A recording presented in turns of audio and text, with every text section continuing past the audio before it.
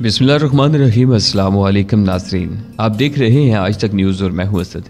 नाज़रीन मोहतरम, इस कहानी की आप इससे पहले 11 किस्तें सुन चुके हैं। अब 12वीं किस्त मुलाहिज़ा फरमाए। इन हालात में भारतीय इंटेलिजेंस मुझे शक न करे, इसका सवाल ही पैदा नहीं हो सकता था। स्वामी दयानंद की आमद मेरी मेज़ पर मामूल के मुताबिक हरगिज़ नहीं थी। मुझे उसका बखूबी एहसास था। मैं भी मोहतात होकर बैठ रहा, खुद को उससे लाताल्लुक जाहिर करके ख्वाम मुसीबत को दावत देना नहीं चाहता था। मैं भी उस पर मरा मिटा जा रहा था और उसके अपने पास आमद को सुभाग्या गर्दान रहा था। मेरी शदीद ख्वाहिश पर महाराज ने मेरी तरफ से सोम रस पीना कबूल कर लिया था। हाल में मौजूद खासे लोग तो पहले ही पूनम की वजह से मुझसे हसद कर रहे थे। अब महाराज की आमद ने मुझे उनकी नज़रों में गैर मामूली अहमियत दिला दी थी। जितनी देर महाराज बैठे रहे उन्होंने बमुश्किल चंद बातें ही अपनी तरफ से की थीं, वरना तो वो ज़्यादातर लोगों की बातों का जवाब ही देते रहे थे।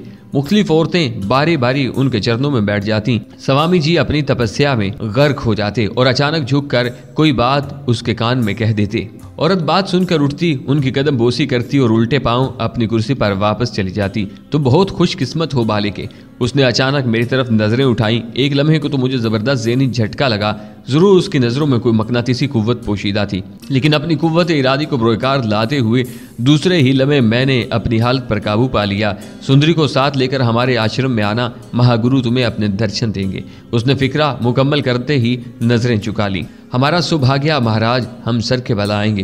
पूनम नजरें झुकाए हुए कहा। ऑर्केस्ट्रा थोड़ी देर के लिए रुक गया था। महाराज भाषण देने वाले थे, फिर स्वामी जी का भाषण शुरू हुआ। भाषण क्या था? लगवियात का मजमुआ था। वो अपने पुजारियों को जिनसी आज़ादी का शब्द दे रहा था और शरीर को फना करके आत्मा की आज़ादी का रास्पुटीन फार्मूला रामायण और गीता के मुख्तलिफ श्लोकों की मदद से सुना रहा था।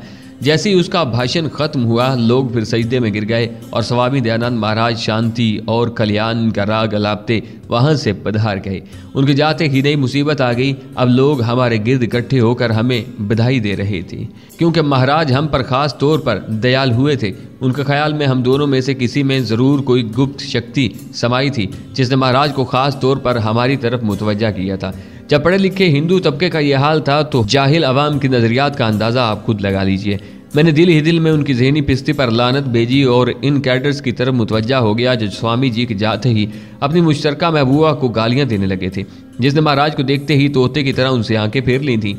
फराड है साला, एकदम फराड, मैं इसे खूब जानता हूँ। अभी इसका लेक्चर जारी था कि अचानक 2-3 नौजवान मुख्तलिफ मेज़ों से उठे और उस पर पल पड़े।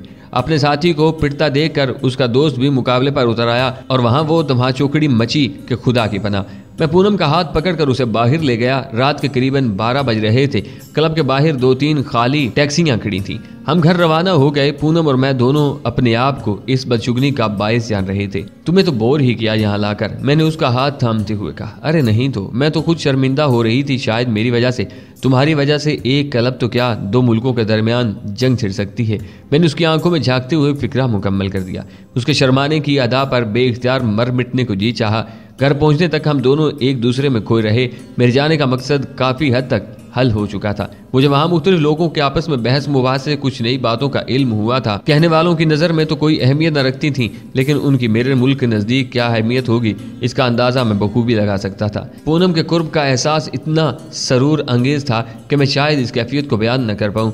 जब वो मेरे हमरा होती तो मेरा मान बढ़ जाता था। वासी पर नहर के करीब से टैक्सी गुजरी तो मैं चौंक उठा। यह नहर हवाई अड्डे के करीब से गुजरती थी और शायद हिफाजती इकदाम के घर से वहाँ आर्मी डिप्लॉय हो रही थी। सारी रात मेरे जहन में नहर और उसके इर्द गिर्द का इलाका घूमता रहा। हवाई अड्डे के गिर्द गिर्द ऐसे दिफाई हिसार का इल्म जरूरी था। मुझे बेचैनी से सुबह का इंतजार था ताकि उस सिलसिले में कोई लाहिया अमल तरतीब दे सकूं। अगले रोज छुट्टी थी।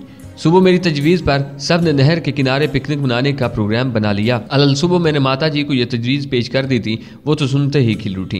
बेटा, तुम्हें तो भगवान ने हमारे लिए अवतार बनाकर भेजा है। जल पूजा तो हमारा धर्म है, लेकिन प्रकाश के बाबूजी न जाने किस मिट्टी के बने हैं। पिछले साल भर से मुझे नहर का मुंह तक नहीं देखने दिया। उन्होंने मेरे सर पर हाथ फेरते हुए कहा, मेरा मकसद सिर्फ यही नहीं था कि इन लोगों की मौजूदगी में मुझे वहाँ काम करने का मौका मिल जाएगा, बल्कि मैं ये भी जानता था कि मेरी मौजूदगी में वो लोग इतने मसरूफ रहेंगे कि उन्हें मेरे बारे में सोचने की फुर्सत नसीब नहीं होगी। जिंदगी से अपने हिस्से की मुसरतें हासिल करना हर इंसान का फर्ज है, लेकिन वक्त ने कभी उन्हें इतनी मोहलत ही ना दी थी कि भाभी जी उन्हें इस तरह घुमा फिरा कर लाते। एक अरसे से माता जी उन्हें विष्णु यात्रा के लिए कह रही थी, लेकिन वो हर मर्तबा बात गोल कर जाते। सिर्फ इसलिए नहीं कि बकौल उनके उन्हें ऐसी फजूलियात से नफरत थी, बल्कि इसका बड़ा सबब पैसे का ना होना था। अब उनके लिए जहां एक बाइज्जत जिंदगी गुजारने के मौके मुयस्सर थे, वहां उन्हें मुझ जैसा धर्म पुत्र भी मिल गया था जो जबरदस्ती उनकी झोली में उनके हिस्से की खुशियां डाल रहा था। जब कभी मैं उन लोगों को फिल्म या किसी दूसरे तारीफी प्रोग्राम की तजरीज पेश करता तो बाबूजी जज्बाती हो जाते। मुझे इस बूढ़े कम्युनिस्ट पर बड़ा रहम आता और इस बात का यकीन होने लगता कि कुदरत ने बिलावजह मुझे इन लोगों से नहीं टकराया। शायद अब खुदा को इन्हें कुछ सुख दिखाना ही मकसूद था। मेरे शदीद इसरार पर मौसी झीवी हमारे साथ जा रही थी। एक मकामी टेम्पो पर बैठकर वो लोग नहर की तरफ चलती है। नहर के किनारे पर एक जगह लोगों ने तालाब की शक्ल देकर वहां एक मूर्ति खड़ी कर रखी थी। मूर्ति होगी तो मंदिर भी होगा और मंदिर बनेगा तो पूजा भी होगी। हिंदू बड़ी अजीबो गरीब कौम है। पूजा के लिए इनके कोई खास देवता मखसूस नहीं। मैंने उन्हें एक चूंटी से लेकर पहाड़ तक की पूजा करते देखा है। क्योंकि तमाम दरिया कैलाश पर्वत से निकलते हैं, इसलिए उनमें से निकलने वाली नदी नाले भी काबिल पुरस्तिश हैं। नहर के मुतल्लिक तो उन्हें इल्म था कि यह गंगा जल है, इसलिए यहाँ कुछ ज्यादा ही सरगर्मी देखने में आती थी। नहर के किनारे के साथ साथ पक्की सड़क बनी हुई थी, जिस पर से गुजर कर लोग माता मंदिर को जाते थे। मामला चूंकि पूजा का था, इसलिए इंडियन आर्मी वो सड़क बंद न करने पर मजबूर थी। यह अलग बात कि उन्होंने वहां अपनी सिक्योरिटी खासी फैला दी थी। बल्कि हाल ही में पाकिस्तानी जासूस भी इस इलाके से गिरफ्तार हुआ था। अखबारात के मुताबिक वो जासूस पिकनिक मनाने वालों की आड़ में फोटोग्राफी कर रहा था। उस जासूस की गिरफ्तारी के बाद से तो इंतजामात और भी सख्त हो गए थे। बाकी तमाम लोग तो टेम्पो पर चले गए, जबकि मैं और प्रकाश मोटरसाइकिल पर आ रहे थे, क्योंकि हमें बाजार से कुछ फ्रूट भी खरीद कर ले जाना था। नहर के करीब पहुंचते ही मोटरसाइकिल प्रोग्राम के मुताबिक झटके खाने लगी। क्या हुआ? प्रकाश ने परेशानी से पूछा। प्लग कचरा, पेट्रोल में मिलावट या कोई और घपला? मैंने गर्दन मोड़कर जवाब दिया। यार न जाने ये मुसीबत क्यों पाल रखी है बाबूजी ने, प्रकाश बोला। काश तुमने भी कोई मुसीबत पाली होती। मैंने ये फिक्रा कुछ इस अंदाज से कहा था को बेख्तियार हंस पड़ा। नहर की सड़क पर कुछ दूर तक तो मोटरसाइकिल चलती रही। जैसे ही एक आर्मी यूनिट के नज़दीक पहुंची वो अचानक बंद होगी। कहाँ मरवा दिया साली ने? यार इसमें तो प्लग पाना भी नहीं है, प्रकाश परेशानी से बोला। अच्छा कुछ करते हैं। मैंने उसे फ्रूट की टोकरी थमा दी। हम मोटरसाइकिल घसीटते हुए एक एंटी एयरक्राफ्ट गन के नज़दीक पहुंच गए, जिसे बड़े खूबसूरत तरीके से कैमोफ्लेज किया गया था। नज़दीक ही एक आर्मी ट्रक खड़ा था, जिससे जवान सामान उतार रहे थे। ट्रक पर लगे बटालियन मार्ग पर लेपा पोती की गई थी, लेकिन इसका कुछ हिस्सा अभी तक नुमाया था, जिसका इल्म होना बहुत जरूरी था। सब लोग हैरानी से हमारी समत देख रहे थे। जय हिंद। हमने करीब पहुंचते ही उन्हें प्रणाम किया। जय हिंद। 2-3 जवान बोले। क्षमा कीजिए आपको डिस्टर्ब किया, एक मुश्किल पेश आ गई थी। मैंने सारा फिक्रा अंग्रेजी में बोलकर इस मेजर पर अपनी अहमियत जता दी थी, जो इन सब में सीनियर नजर आ रहा था। कोई बात नहीं, ऑल राइट। उसने फराक दिली दिखाई। चंद मिनट के बाद ही अपनी फ्रूट वाली आधी टोकरी खाली करवाने के बाद हम उनके एक लांस नायक से प्लग खुलवा कर साफ करवा चुके थे। उसने बड़ी मुश्किल से एक ऐसी चाबी निकाली थी जिससे हमारी मोटरसाइकिल का प्लग खुला और मोटरसाइकिल भी खुद ही स्टार्ट करके हमारे हवाले की थी। जाते हुए एक मरतबा फिर हमने जय हिंद का नारा लगाया और वहां से चल पड़े। तमाम जुज़वियात मेरे ज़हन में नक्श हो चुकी थी। प्रकाश ने मोटरसाइकिल के चलते ही एक मोटी सी गाली उन्हें दी और मुंह ही मुंह में बुड़बुड़ाने लगा। बाप का माल समय रखा है क्या? वीर जी, इन्हें कुछ देने से बेहतर था आप इसे दरिया में फेंक देते। यार अपनी सेना से मोहब्बत करना सीखो, मैंने उसे छेड़ते हुए कहा। जवाब में उसने सेना को 2-3 गालियों से नवाजा। ये बात मैंने अक्सर महसूस की थी कि बहुत कम लोग भारत में अपनी फौज से मोहब्बत करते थे। ज्यादातर उन्हें गासिब और अयाश ही करार देते थे। यूं तो भारतीय हुकूमत अपने जमहूरी होने का दावा करते थे, लेकिन सिविलियन मुलाजमीन के मुकाबले में फौज को बेपनाह सहूलतें हासिल हैं। यही वजह है कि भारत का पढ़ा लिखा तबका फौज को सख्त नापसंद करता है। और इन दिनों अभी 71 की जंग शुरू नहीं हुई थी और आवाम 65 में पाकिस्तान के हाथों अपनी फौज की दरकत का तमाशा देख चुके थे। मुझे 10 पटाखे दे दो, अभी सबको भगा दूंगा, प्रकाश ने उन पर तंज करते हुए कहा। मैंने उसे इस मौजू पर मजीद छेड़ना मुनासिब न समझा, लेकिन दिल ही दिल में मुझे इस बात से बेहद खुशी हुई थी कि इसे अपनी फौज से नफरत है। मैं तो इसे पिकनिक ही कहूंगा, क्योंकि सिवाय बूढ़ों के और कोई तालाब के नजदीक भी नहीं भटकता था। काफी लोग यहाँ पहले से मौजूद थे। नहर के किनारे बने हुए मुख्तलिफ बागात के हर महफूज कोने में कोई न कोई किसी न किसी को अपने साथ चिमटाए बैठा था। बाबूजी के कुछ वाकिफ लोग मिल गए थे जो आपस में मुल्की हालात पर बहस कर रहे थे। चूंकि उनका ताल्लुक कम्युनिस्ट पार्टी से था, इसलिए उनकी बातें भी हुकूमत के खिलाफ थीं। इन दिनों कम्युनिस्ट पार्टी कांग्रेस के खिलाफ एक जबरदस्त मुहिम चला रही थी। भारत में काफी अरसे से चलने वाली जेर जमीन तहरीक नक्सल बाड़ी का चर्चा इन दिनों पंजाब में भी सुनने में आ रहा था। पहले ये लोग कलकत्ता और महाराष्ट्र तक ही महदूद थे, लेकिन आहिस्ता आहिस्ता वो सारे भारत में फैल रहे थे।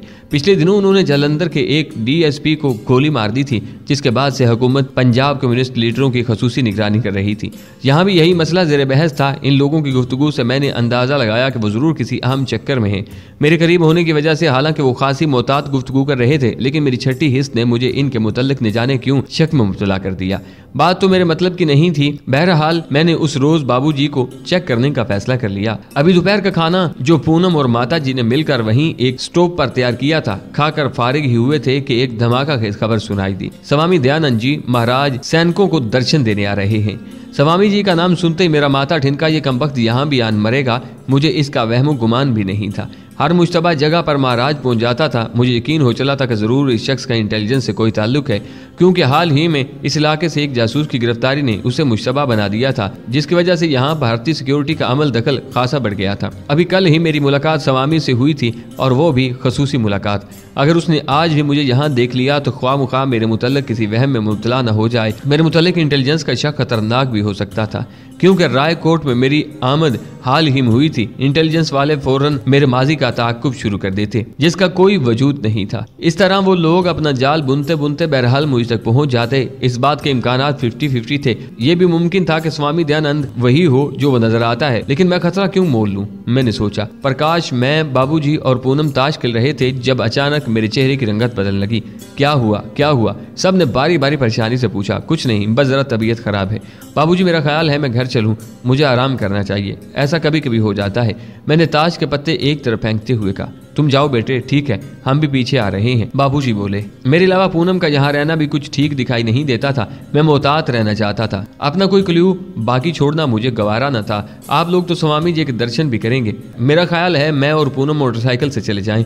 मैंने खुद तजवीज़ पेश कर दी। जवाब में बाबूजी ने महाराज दयानंद को बेशुमार गालियों से नवाज दिया था। प्रकाश कुछ और ही सोच रहा था, क्योंकि अभी उसकी कोशिशों के बावजूद भी मुझे और पूनम को तन्हाई मुयस्सर नहीं हुई थी। उसकी दांत में शायद अब मैं यही चाहता था। उसने मुझे और पूनम को चलता किया। बाकी सबको वो लेकर महाराज के दर्शन करने चला गया, जबकि बाबूजी अपने दोस्तों के साथ जा बैठे थे। जैसे ही हम लोग राय कोर्ट जाने वाली सड़क पर घूमे, मेरी तबीयत बहाल हो गई। पूनम मेरी अचानक से एहतियाबी से सब कुछ समझ गई। घर पहुंचते वो मुस्कुराती हुई गोया हुई। कमाल एक्टिंग करते हो, आपको तो फिक्रा उसने अधूरा ही छोड़ दिया था। बात दरअसल ये है कि मैं कुछ ज्यादा ही सिलसिले में हिसास होता जा रहा हूँ। मैं चाहता हूँ मेरे सिवा तुम्हें कोई ना देखे, कोई ना चाहे, मैंने खालिस फिल्मी लहजा अपनाते हुए कहा। पूनम खिलखिलाकर हंस पड़ी। काफी देर हम दोनों एक दूसरे में खोए रहे। वक्त का पंछी पर लगा कर उड़ता रहा। हमें शाम ढलने की खबर तब हुई जब सब घर वाले वापस आ गए। मौसी और माता जी महाराज दयानंद स्वामी के गुण गा रही थीं। उन्हें महाराज की शक्ल में प्रभु के दर्शन जो हो गए थे, जबकि दोनों बाप बेटा उसे सारे रास्ते कोसते आए थे।